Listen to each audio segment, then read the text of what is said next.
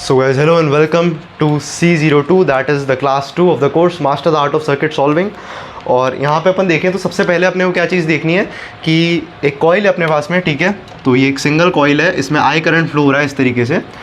तो I current flow हो रहा है और इस कॉइल की जो सेंटर है, इस सेंटर से लेके पॉइंट पी तक का जो डिस्टेंस है दैट इज़ एक्स। और अपने को बोला जा रहा है पॉइंट पी पे आप नेट मैग्नेटिक फील्ड कैलकुलेट कीजिए, ठीक है। तो थोड़ा सा आपको दिमाग पे जोर डालना है, ठीक है। बहुत ही सिंपल सी चीज़ है, एक लाइन में अपन यहाँ पे मैग्नेटिक फील्ड निकालने वाले हैं। तो अपन क्या करेंगे, पहले छोटे से डीएल वेक्टर की वजह से मैग्नेटिक फील्ड लिखते हैं। तो अपन ने एक डीएल वेक्टर लिया, तो this is the DL vector जो मार्कर है मेरा, ठीक है। ये बोर्ड के प्लेन के बाहर आ रहा है और इस मार्कर और प्लेन के बीच में एंगल कितना है, 90 डिग्री है। So the magnetic field due to differential element is μ0/4π and then it is I D L sine 90, okay, I D L sine 90 divided by R square. तो आर स्क्वायर की अगर अपन बात करें तो यार यहाँ से लेके ये जो वेक्टर मैंने बनाया है दिस इज़ स्मॉल आर, और स्मॉल आर का स्क्वायर कितना होगा, X square plus capital R का square, that is the radius of the ring. इतना हो चुका है ये। So μ0/4π I D L sine 90/x square plus R square. और अगर अपन डायरेक्शन की बात करें तो देखो यार, ये जो वेक्टर है ये बोर्ड के प्लेन के बाहर आ रहा है, ये डी एल वेक्टर, ठीक है। ये डी एल वेक्टर है, ये आर कैप है, और डी एल और आर कैप के बीच में एंगल कितना है, 90 डिग्री है, ठीक है। तो अगर अपन देखें तो D L cross R cap कैसे आ रहा है, ऐसे आ रहा है, ठीक है। ऐसे का मतलब हो चुका है कि ग्रीन पेन से मैं आपको दिखा देता हूँ यहाँ पे। सो that is the direction of the differential magnetic field vector at point P, okay. अब दो लाइन्स के बीच में एंगल अगर थीटा है तो उनके परपेंडिकुलर्स के बीच में भी एंगल कितना होता है, थीटा होता है, ठीक है। तो यार सीधा सा अगर अपन देखें सिंपल से, तो if this angle is also theta, ठीक है, इसके परपेंडिकुलर ये हो चुका है और इसके परपेंडिकुलर ये हो चुका है। तो ये एंगल वापस कितना हो चुका है, थीटा। और ये जो चीज़ है, ये चीज़ कितनी है, आर, यहाँ से लेके यहाँ तक की कैपिटल आर। तो ये जो मैग्नेटिक फील्ड है वेक्टर छोटा सा, इसका जो कॉस कंपोनेंट होगा वो कैंसिल हो जाएगा इस वाले के कॉस कंपोनेंट से। मतलब इस एलिमेंट की डायमेट्रिकली ऑपोजिट एक और एलिमेंट है, तो उसका जो कोसाइन कंपोनेंट आएगा डिफरेंशियल मैग्नेटिक फील्ड का, वो इस वाले कोसाइन से कैंसिल होगा, तो बचेगा सिर्फ और सिर्फ साइन कंपोनेंट। तो यहाँ पे अपने को साइन ऑफ थीटा लिखना पड़ेगा। साइन थीटा कितना होता है, perpendicular upon hypotenuse, perpendicular divided by hypotenuse which is root of X square plus capital R square. और डायरेक्शन देखेंगे अपन, तो डायरेक्शन किधर आ रही है अपनी, माइनस आई कैप में आ रही है, क्योंकि इसको मैंने लिया है प्लस आई कैप, इसको आप लिख दीजिए minus I cap. Now you need to integrate this. तो बहुत सिंपल सी चीज़ है यार, इसको इंटीग्रेट करो आप, कहाँ से कहाँ तक करना है इसको इंटीग्रेट। सब कुछ कांस्टेंट है इसमें एक्सेप्ट डीएल, और सारे छोटे छोटे डीएल का इंटीग्रेशन आप करेंगे तो डीएल की वैल्यू आ जाएगी 2π capital R, that is the circumference of the ring. और finally magnetic field at point P जो है ये कितना आ चुका है, अगर सिंगल कॉइल है तो μ0 I capital R square divided by 2x square plus capital R square की power 3/2। So I am not wasting your and my time in order to in solving this integral, ठीक है, क्योंकि बहुत simple सी चीज़ है। यहाँ लगा दिया अपन ने माइनस आई कैप। तो ये एक कॉइल है, एक कॉइल की वजह से आने वाला मैग्नेटिक फील्ड पॉइंट बी पे इतना है। तो अगर अपने पास में capital N number of coils होगी तो टोटल इतना मैग्नेटिक फील्ड अपने पास में आ जाएगा, ठीक है। तो यार एक चीज़ तो ये देखो, ये हो चुकी है, ठीक है। This is the first equation, ये याद रखना, this is the prerequisite for this and this question. बात करते हैं इस क्वेश्चन की। तो अगला टॉपिक अपना है current form due to rotations. तो यार काम की चीज़ और समझने वाली चीज़ क्या है कि रोटेशन की वजह से, चार्ज का रोटेशन हो रहा है तो करंट कैसे बन रहा है, बस ये तो सीखना है अपने को। And again we are applying the same application और द एक्सटेंडेड बायोट-सावर्ट लॉ। तो what is the extended Biot Savart law?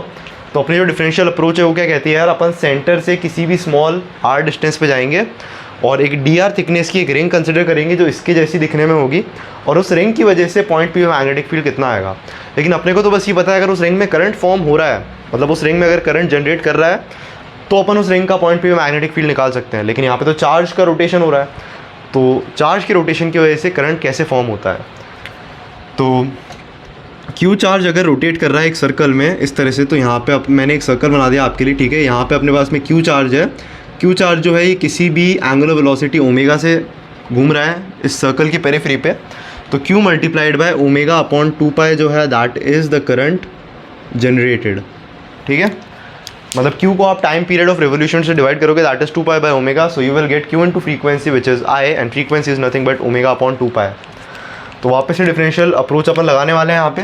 तो magnetic field at point P upon calculate करेंगे। कैसे करना है अपने को कैलकुलेट, देखो तो एक छोटे से एलिमेंट की वजह से मैग्नेटिक फील्ड कितना होता है, म्यू नॉट अपॉन 4 सॉरी अभी अभी अपन ने कैलकुलेट किया n नंबर ऑफ कॉइल से, तो अपन ने एक ही कॉइल लिए, सो दिस इज़ 1 इंटू आई, तो करंट लिखना है यहाँ पे, मेन चीज़ अपने को वो है, तो Q multiplied by omega upon 2 तो ये लिख दिया अपन ने omega upon 2 and Q, what is Q, तो कितना चार्ज आएगा एक रिंग में, तो यार देखो कैपिटल Q चार्ज फैला हुआ है पाई आर स्क्वायर में, that is sigma, capital Q charge फैला हुआ है पाई आर स्क्वायर में, तो 2 pi small R D R में कितना चार्ज आएगा, इतना चार्ज आएगा, इसको ओमेगा अपॉन 2 से मल्टीप्लाई किया तो क्या अपने को करंट मिल चुका है, so yes we got the value of current, so mu not n is 1 I R square, so this is small R square, because यहाँ पे कैपिटल आर क्या था, रेडियस ऑफ द कॉइल, और यहाँ पे कॉइल का रेडियस कितना है, स्मॉल आर, क्योंकि अपन डिफरेंशियल एलिमेंट पे काम कर रहे हैं, this should be divided by 2 times X square plus R square की पावर 3/2, बस एक्सप्रेशंस में क्लैरिटी चाहिए, और क्वेश्चन यहाँ पे वापस सॉल्व हो चुका है, और आप डायरेक्शन देखेंगे तो वापस से ये डायरेक्शन आ चुका है इसका माइनस आई कैप, और लिमिट्स लगानी, तो लिमिट्स किसकी लगाएंगे अपन यहाँ पे देखो, तो लिमिट्स स्मॉल आर की लगने वाली हैं यहाँ पे 0 से कैपिटल आर तक, तो लिमिट्स में ग्रीन पेन से लगा देता हूँ, ठीक है, तो ये क्वेश्चन भी अपना सॉल्व हो चुका है 0 से कैपिटल आर तक। सॉल्व करना है अगर इस इंटीग्रल को, तो आप एक काम कीजिए, X square plus small R square को टी डाल दीजिएगा, और यहाँ से फिर एक्स कांस्टेंट है तो 2r dr is equal to dt, substitute करेंगे ऊपर आप इसको। अच्छा देखो अब इसमें क्या कर सकते हैं अपन, 2 पाई से ये 2 पाई गया, ठीक है, एंड इस पाई आर स्क्वायर को नीचे ले जाओ, तो mu naught Q omega upon pi R square, और mu naught Q omega upon 2 pi R square बाहर बच चुका है। अब अंदर क्या क्या चीज़ें बच रही है यार अपने पास में, एक तो बच रहा है स्मॉल आर स्क्वायर, और नीचे बच रहा है X square plus R square की पावर 3/2, अच्छा ऊपर आर क्यूब बच रहा है, तो आपको क्या करना पड़ेगा ना यार, यहाँ पे नीचे जो है ये तो बच जाएगा टी की पावर 3/2, और एक आर डी आर को आप लिख देंगे dt/2, बचा एक आर स्क्वायर को आप लिखेंगे t माइनस एक्स, और फिर आप सिंपल इंटीग्रेशन को सॉल्व कर लेंगे। तो बहुत सिंपल चीज़ है, इस पर भी मैं टाइम वेस्ट नहीं करना चाहूँगा, आप वेरीफाई कर लेना, आंसर ये आएगा। बात करते हैं अगले अरेंजमेंट की, तो यहाँ पे एक स्क्वायर फ्रेम है, दिख नहीं रहा है वो स्क्वायर है, दिख रहा है मतलब दिख आपको रेक्टेंगल रहा है लेकिन है स्क्वायर, और इसकी जो साइड लेंथ है स्क्वायर की वो a है, इसमें करंट इस तरह से फ्लो हो रहा है, तो वापस से कुछ भी नहीं करना है अपने को, अपन ने पढ़ा था फर्स्ट लेक्चर में, क्या पढ़ा था, एक अगर अपने पास में वायर है, ठीक है, और वायर से किसी पॉइंट पी का परपेंडिकुलर डिस्टेंस स्मॉल आर है, एंगल्स कितने सबटेंड कर रहा है वहाँ पे θ1 θ2, तो मैग्नेटिक फील्ड कितना होगा mu not I by 4 pi R into cos θ1 plus cos θ2, तो यहाँ पे θ1 और θ2 की वैल्यू सेम है, और वो कितनी है अपन एज्यूम कर लेते हैं, दैट इज़ 5, ठीक है, और मैग्नेटिक फील्ड होगा कितना, ये जो एक वायर आपको दिख रहा है, इस एक वायर की वजह से यहाँ पे जो भी मैग्नेटिक फील्ड होगा वो इस ग्रीन वाले लाइन के परपेंडिकुलर होगा, और इस तरह से होगा, let's call it be naught vector, ठीक है, और ये एंगल अगर थीटा है तो दो लाइन्स के बीच में एंगल थीटा है, तो उनके परपेंडिकुलर्स के बीच में भी एंगल थीटा होगा, तो net magnetic field point P पे कितना होगा 4 modulus of B naught vector into sine theta, और ये आई कैप कर देंगे आप इसको, तो net magnetic field vector at point P आ जाएगा। सो साइन थीटा निकालिए, sine theta is perpendicular upon hypotenuse, so perpendicular is nothing but a/2 and hypotenuse कितना है, तो इस चीज़ को अपन ले लेते हैं x, दिस इज a/2, तो हाइपोटेन्यूज अपने को निकालना है, तो यार that is x square plus a square by 4 की पावर हाफ। अब बचा बी नॉट वेक्टर का मैग्नीट्यूड, तो एक वायर का मैग्नेटिक फील्ड अभी अभी मैंने बोला है, so that is mu not I divided by 4 pi into the perpendicular distance of point P from wire which is this green distance जो अपन ने नीचे लिखी थी, तो यहाँ पे इसकी पावर आप डबल कर दीजिए यार, ठीक है। अब निकालना है अपने को क्या, cos phi plus cos phi that is 2 times cos phi, तो यार cos फाई कितना होता है, बेस अपॉन हाइपोटेन्यूज, बेस कितना था a/2 है ना, बेस अपॉन हाइपोटेन्यूज, तो हाइपोटेन्यूज इज दिस लाइन, तो हाइपोटेन्यूज कितना होगा a स्क्वायर बाय 4 प्लस ये जो चीज़ आई है ना अपने पास में, इसका भी स्क्वायर करना है आपको, तो इसको लिख रहा हूँ मैं स्मॉल आर स्क्वायर, और इसकी पावर आपको कर देनी है फिर हाफ, और आई कैप, तो ये आंसर आ चुका है। सिंपल सी चीज़ है यार, बहुत पर कंप्लीशन के लिए मुझे कराना था इसलिए करा दिया।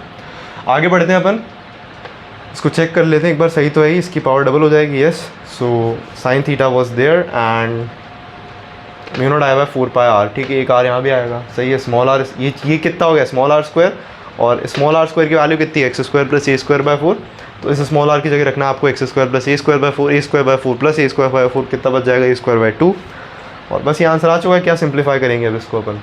बात करते हैं सोलेनॉइड की, तो सोलेनॉइड क्या होता है यार, अपने पास में एक सिलेंड्रिकल कोर होता है, इस सिलेंड्रिकल कोर पे बहुत सारी कॉइल्स रैप्ड होती है हेलिकल फैशन में, तो ये जो कॉइल आपको दिख रही है इस तरह से बहुत सारी कॉइल्स होगी इस पर क्लोजली स्पेस्ड, मतलब उनके बीच में स्पेसिंग नहीं होगी। And that's why we define a variable called n which is nothing but the number of turns per unit length, the number of turns per unit length। ठीक है, तो ये चीज़ क्या हो चुकी है यार, ये कभी डिफाइन कर सकते हैं अपन जब जो हेलिकल टर्न्स है दे आर क्लोजली स्पेस्ड। ठीक है, अब यहाँ पे देखो क्या है, अपन पहले नॉर्मल सोलेनॉइड की बात करते हैं, फिर बात करेंगे एक आइडियल सोलेनॉइड की। ठीक है, this is a real solenoid, तो रियल सोलेनॉइड पढ़ते हैं अपन, फिर जनरलाइजेशन कर लेंगे यहाँ से। तो क्या है इसके अंदर देखो, तो अब आपको पता है ये नोटेशंस का मतलब क्या है, क्रॉस का मतलब है अंदर जा रहा है, और इस डॉट का मतलब क्या है, बोर्ड के प्लेन के बाहर आ रहा है करंट। ठीक है, so these are the directions for current. ठीक है, अब आपको अपने को क्या, ये जो सोलेनॉइड इसकी एक्सेस है, तो सोलेनॉइड की जो एक्सेस है वही डॉट डॉट करके मैंने दिखा रखी है, और पॉइंट पी पे अपने को नेट मैग्नेटिक फील्ड कैलकुलेट करना है। तो यार अपन क्या करेंगे, वापस से डिफरेंशियल अप्रोच, जितना भी अपने सोलेनॉइड पे कॉइल्स है, अपन ने क्या किया, कोई भी एक कॉइल उठाई, तो अपन ने बोला यार अपनी जो कॉइल है वो लेट से यहाँ पे है। ठीक है, सो दिस इज़ द कॉइल। तो अपन किसी भी क्या गए, अपन किसी भी स्मॉल एक्स पे गए, और अपनी जो कॉइल है यार इसकी थिकनेस कितनी है, dx है। ठीक है, मतलब कॉइल्स का एक छोटा सा पार्ट है dx। एक कॉइल तो अपन ले नहीं सकते ना, क्योंकि देखो n is the number of turns per unit length. Unit length में मतलब छोटी छोटी लेंथ में भी बहुत सारी कॉइल्स आ रही है। कितनी आ रही है, यूनिफॉर्मली डिस्ट्रीब्यूटेड कॉइल्स है, तो number of turns per unit length is n। तो dx लेंथ में कितनी कॉइल्स आ जाएगी यार, dx लेंथ में n कॉइल्स आ जाएगी। तो जो डिफरेंशियल एलिमेंट है उसमें कितनी कॉइल्स है, dx इंटू n कॉइल्स है, बिकॉज n क्या है, नंबर ऑफ टर्न्स पर और the number of coils per unit length. इतना आ चुका है, तो ये तो चलो ठीक है, ये this is the value of capital N। अब बात करते हैं यार अपन म्यू नॉट, तो म्यू नॉट एन आई, तो करंट कितना होगा इसमें, करंट ले लेते हैं अपन I, and the radius is capital R square. बस फॉर्मूला ही तो सब्सटीट्यूट करना है अपने को, 2 times X square plus R square की पावर 3/2। तो एक्स क्या था यार यहाँ पे अपने को, इस कॉइल से लेके पॉइंट पी तक का जो डिस्टेंस है दैट इज़ एक्स, मतलब इस कॉइल के सेंटर से लेके, तो इसको मैं जो बोल रहा हूँ ना one coil, this is not one coil, this is a bunch of coils.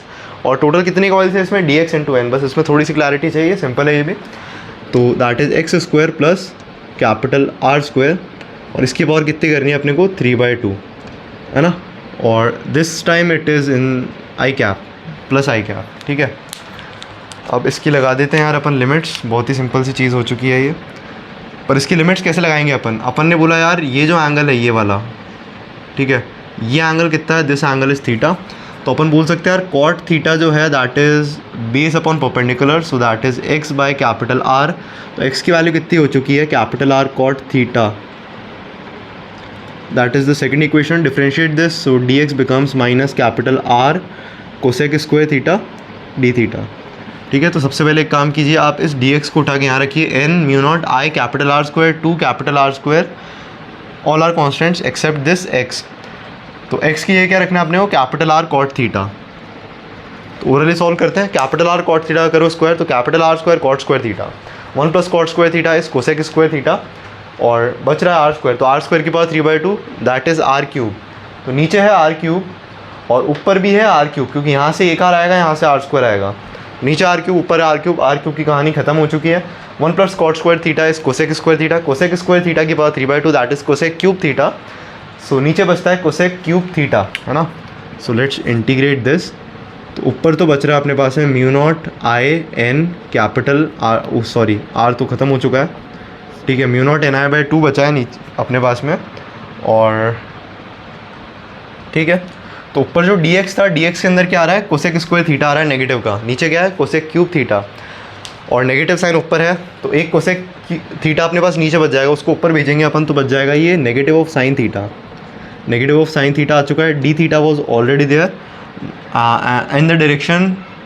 तो पॉइंट पी पे जितना मैग्नेटिक फील्ड होगा उसका डायरेक्शन कैसे होगा, राइट हैंड थंब रूल से आप देखेंगे तो कैसे होगा उसका डायरेक्शन, आई कैप में होगा। और डी थीटा मतलब थीटा की लिमिट्स लगने वाली है यहाँ पे, mu not N I by 2 जो है वो कांस्टेंट है, तो आप लिमिट्स लगा दीजिए यार यहाँ पे। तो थीटा की लिमिट्स लगानी है अपने को, है ना, थीटा इस तरह से है, ठीक है। तो ग्रीन पेन से मैं आपको दिखा देता हूँ।